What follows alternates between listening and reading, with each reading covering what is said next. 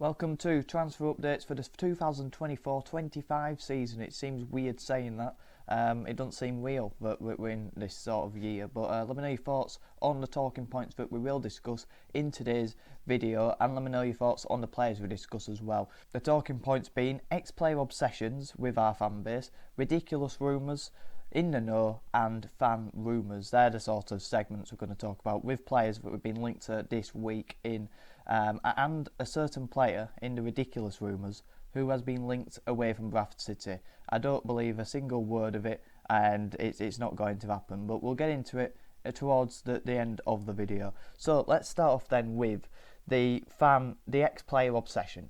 Now, for some reason with our fan base, we have an obsession of wanting to bring back ex-players and ex-loans as well. We all know the famous saying, never fall in love with a loan player, but we go above and beyond that. We do it with players who maybe aren't that good, or weren't that good, or were just sort of okay for us and didn't really do that much. Critto. Now, I just want to clear this out the way. It's not really a rumour, it's sort of a fan rumour where, you know, we're talking about maybe can we bring him back. Now, he wasn't in the matchday squad for the Oxford semi-final in the playoffs, Critto. For me, it's a big no anyway. Even if there were something in it, for me, I would not want him to come back to Bradford City because, one, he's not a he's a ball playing centre back, and we don't need a ball playing centre back under Alexander's system. Yes, I think we need one like your Goke or your Tompkinson who's better on the ball than your Platt and your Kellys, if you like. But the problem with Critto is he dominates the ball. You know, he's not good enough physically, and I think sometimes positionally can get done because he's sort of a tenacious centre back who's going to go for the press and sort of in that. He's sort of a midfielder as a centre-back in the way that he defends. So I feel like that wouldn't suit Alexander's system as it is. Not only would he be like the loan players that we're bringing in, your Tariq Wrights and your Pereiras who were brought back, because they had good spells with us, they went elsewhere, the confidence went, and they were poor. The same would happen with Critto. He's been at Plymouth, he hadn't done well, and his confidence shot. He comes back here, and we've got to then try and rebuild him, and I don't want to do that. I want to bring someone in who's proven and ready to come into Alexander's system, and for me, Critto isn't the right player to do that. But let me know your thoughts in the comments down below. Obviously, let me know your opinions on it, but for me, it's a big no. Another one then is Jack Payne. We had him on loan in the 18-19 season when we got relegated to League 2, and we haven't returned to League 1 since. He was one of the better players that season, although I didn't actually rate him that much that season. And he's since gone on to do well at Swindon, done well at MK Dons this season, got released by Charlton this week, and so some fans have speculated, could we maybe bring him back? Would you want to bring him back? Now, let me know your thoughts in the comments down below. But again, for me, I wouldn't want to bring him back for very similar reasons. I don't think he would suit Alexander's system that much. I think, yeah, he's a player who put a bit of effort in, but is he going to get stuck in? I don't think he is, and I think you need 10s in Alexander's system. You've got your Smallwood and then your 2 10s and your Point and Walker and your Odra and your Pattersons. They're players who get stuck in. They're not afraid to put a tackle in. They're going to trap back for you, but they have that quality as well in the final third to unlock doors, and the creative players. Jack Payne is a creative player, he's a technical player, but I don't think he's going to get stuck in. He's proven at League 2 level, but I think he's going to, if MK Dons go up, if MK Dons stay down, I think he's going to want to stay there because he'll like the project with Mike Williamson. He's getting the best out of him, and we won't get the best out of him. So again, it's a no from me. Elliot Watt, following on that train of thought as well. Elliot Watt, we won't get the best out of Elliot Watt. For me, it's stupid links again, because he's not the type of player Alexander would want. He shirks a challenge. You know, every time he was at Bradford City, when did you see him put a challenge in? And when he did, he'd get booked because he wouldn't have the pace to put the tackle in, or he'd get caught out positionally. You know, he don't read the game like that, but he's a fantastic passer of the ball. You know, a deep line playmaker, if you like. He'll take the ball off the back four and he'll spray it around the pitch and he'll do it effortlessly. He needs to go up to League 1. I don't see why he'd stay at League 2. I don't see why he'd come back to a fan base that, you know, were slating him whilst he were here, and he left on sour terms. So I just can't see it happening. Effortlessly moving on to the next topic, it's fan rumours. Now, these are, again, very, very similar to ex-player obsessions, you know. It's, again, players who have been linked to the football club by fans, by seeing release lists or whatever. They haven't been from end-of-no accounts, they haven't been from journalists who are credible, and they're not quite ridiculous, because that's also what's the category, a ridiculous rumour. They're not quite ridiculous. But Matt Smith, let me know what your thoughts are on Matt Smith potentially coming to Bradford City in the summer. He's League Two proven, and we do need a target man to compete with Andy Cook, because when Andy Cook always starts season slowly, he gets injuries. He's had a few injuries this season. He'll only pick up more next season, and again, he's going to lose a yard of pace next season. But for me, Matt Smith is already at that level where he's going to get injuries, and he's going to. So for me, it's a big risk bringing him in, because he's almost like for Andy Cook, but he's less limited than Andy Cook as well. He ain't as mobile. He's one-dimensional, but he's brilliant at that as well. He's a fantastic target man. He's great aerially, but would he want to be a backup to Andy Cook? I don't think he would. He'd want to go somewhere where he gets game times. And would he be on big wages? Because for me, I think he'd be on pretty big wages at Salford, coming down from the Championship at that time. And I think he can get top end League 2, bottom end League 1 easily. So I think he wants to go into business. So I can't see it happening, be against it, but I think there's better options that we need to go looking for than Matt Smith. Next up is a man who's just been promoted out of League 2. It's Aaron Hayden, who was the Wrexham centre-back. He was brilliant for Wrexham throughout his time there, and was there for many a season after leaving Carlisle. We all know about Carlisle. He's League 2 proven, definitely, because even Wrexham fans are saying he's their best centre-back. And I wouldn't doubt that. I think he's brilliant aerially. He's got good strength. Has he got a lack of pace? I don't think he's Ash Taylor slow, but he ain't John Tomkinson quick either. To look at negatives, he's got an injury record. I think he only played 15 games with it this season for Wrexham through injury. And if he weren't injured, he'd have been a massive part of their back line. That's the concern, bringing in a player with so many injuries over the last 12 months. Another thing is he good enough on the ball? Because I'll look at the right-sided centre-back. We don't need a central centre-back if Matty Platt stays. And I think he was a right-sided centre-back for Wrexham. I want that person to be a bit pacier than the other two and better on the ball than the other two. I'm not sure Aaron Hayden is that good on the ball. So there's a few question marks to him, and I think there's better options out there, to be honest with you. Moving on into ridiculous rumours. Now, this is an absolute ridiculous rumour, and I think we've only got one of them on this week's. There should be one next Sunday, but this is just completely ridiculous, and I have to sit down the guy who said this is going to happen. Now, this came from a certain Kyle Ravino, and he said on the 2nd of January this year that Andy Cluck, he ain't a chicken, although he's a bantam, looks to be dropping down the leagues to join his old manager, Mickey Mellon, at Oldham. Mellon loves the style of Andy Cook and has previously worked successfully with the player. Expect official bid in the next few days. Mellon wants Cook. Now, that was a good, 5 months ago? Nothing obviously happened. 6 days ago, he put the same guy, Kyle Ravino, Andy Cook of Bradford City, sitting gusto in his wall. I don't know where that is. Oldham have always had keen interest in Cook, especially with Mellon at the Real.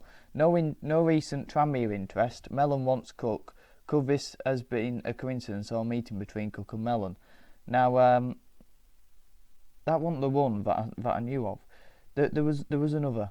I think he's deleted it, because there was another one where a few days ago he said something about Andy Cook. Here it is. He's deleted it. There you go. He's a Mellon. He's an absolute fool. He's deleted it. So you couldn't write these people. So pay no interest in Kyle Ravine. I put to him, you are a Mellon if you think Pork Pie Pelly will leave, but then again, not first time or last time he put Cook and Mellon together. 2nd of Jan, word for word, same as this saying Cook drop into Oldham. What happened to that, Kyle? He never responded, and he deleted the tweet and hid away like a woman during World War II in a bunker. And unfortunately, you never saw them again. But I'm sure he'll be back in a couple of months talking about Andy Cook going to Oldham with Michael Mellon. But Mellon. But yeah, they're stupid, these accounts. And I think that's the enjoyment I'll probably get out of doing this for the next few weeks. Just calling out these idiots who think they're in the know, but they're really not. I mean, Andy Cook to Oldham. I mean, there's levels to this, and that's a damn right stupidity. I mean, why would he leave us to go to them? I mean, of all clubs, in the know, one in the know. Now, apparently, these are from. I mean, who are these from? This is what we need to know. Who said this? Because I tell you what, it could have gone over my head, and it could be Carwavino linking us to these players. And yeah, it's right. So it's ex-agent on Twitter. I don't know if his bio says reliable. We'll be the judge of that. And latest EFL and English Premier League transfer news coming from a network of ex-agents, professionals. He's a Notts County fan. I mean, I'm looking. He said that Mansfield are interested in Mark Albrighton this summer. He said he said a lot as ex-agent. So if you put enough rubbish out there, then you'll start to be a dustman, and you'll be cleaning up all the rubbish. But yeah, well, we're the ones cleaning up all these rubbish, aren't we? Yeah, so I don't know if he's reliable or not, but he did say John Marquis is a very wanted man in the EFL, not the West Yorkshire Police. Bradford City, Doncaster Rovers and Northampton Town are all keeping high tabs on the striker. Now, for me, if there's anything to this, I don't want anything to do with it, to be honest with you. He's got a terrible goal score record in recent years because he's been found out. He was basically a 6-yard box striker for years, where all he did was score tap-ins because he was in the right place at the right time, feeding off deflections and crosses. In League 2 level, will he get 10 goals? Maybe, but at the end of the day, we've got Andy Cook, and he's too similar to Andy Cook. For me, he's not that all that. He's not that good aerially. If you look at his aerial stats, they're shocking.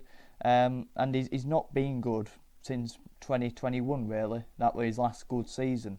I know League 2 is different to League 1, so maybe he'd drop down and help him, but I don't think he'd be a good player for Bradford City.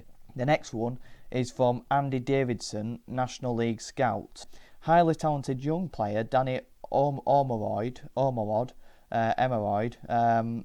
is having interest from EFL clubs such as Bradford, Salford and Barrow. The player's unsure if he wants to leave Fylde, as he's very settled and happy with his game time. Now, I don't know why he's happy with his game time because he's barely featured since February, but he's 17 years of age. He's got 6 goals in his last 7 starts, which is a pretty good record if you ask me. I think he's a striker, but he can operate as a 10 in the pockets. He's very mobile. He's got relentless effort, which is something we want to look at. He's got a great strike on him. I've seen a couple of his goals, few from outside the box. Picks up space centrally, does drift wide as well, like I say, into pockets. He won a penalty as well this season, missed a penalty, and then scored a few minutes later, which shows a good bit of character. He got rejected, I think, at 15 by Blackpool, again, which shows good character to bounce back, because I read something where he talked about how he got rejected, his head were down, and he's picked himself up, and he's doing well at Fylde at the minute. He's still at school as well, and he's being compared to Harry Kane whilst he's been at Fylde. So, I'd love to sign him if he's being compared to Harry Kane in his youth. So I think he'd be a brilliant player to bring in, to develop, but I just don't think there's anything behind it, because I can't see us doing it. I don't think his contract's up at the end of the season either, because I think he signed a professional contract this year. I think that one's out in 2 years. So I can't see us doing it. It's not a Bradford City signing to bring in a 17-year-old who's just come off the scene at Fylde, scoring 6 in 7, and he's unproven at League 2 level. I mean, the proven at League 2 level we tend to go for is Theo Robinson and Brent Richards-Everton, so that always goes well, and Ash Taylor. List can go on. But yeah, I'd love to sign him, to be honest with you, just because it's something different. But then, we've seen in the past, under Alexander at different clubs, his treatment of youth players, and we've already seen it at Bradford City, his treatment of youth players. Would he be getting fair game time? Would the player want to come to this football club when he knows that ain't really going to happen? So for me, I'd avoid it if I was Danny Ormerod, but I can't see Bradford City going in for him either. I can see us signing John Marquis over Danny Ormerod. So let me know your thoughts on today's video in the comments down below. Let me know your thoughts on all the talking points we discussed, the ex-player obsession, ridiculous rumours of Andy Cook going to Oldham. Let me know your thoughts on the in the know accounts. Do you believe any of them? And what do you think about the players we've been linked with in terms of Danny Omid? Is that a player you could get behind, and John Marquis? And let me know your thoughts on the fan rumours as well. Your Matt Smith, your Haydens. Like the video if you did. All the support is massively appreciated. We're on the road to 450 subscribers now before the start of next season. I can't believe we've already hit 400. I only hit 300 just before the Mansfield game. So that's incredible. And you know the comments as well. That the words in the comments are great. You know, it's massively appreciated, and I honestly mean that. I'm going to repay you with more content in the next coming week. So stay tuned for it. Have a good one.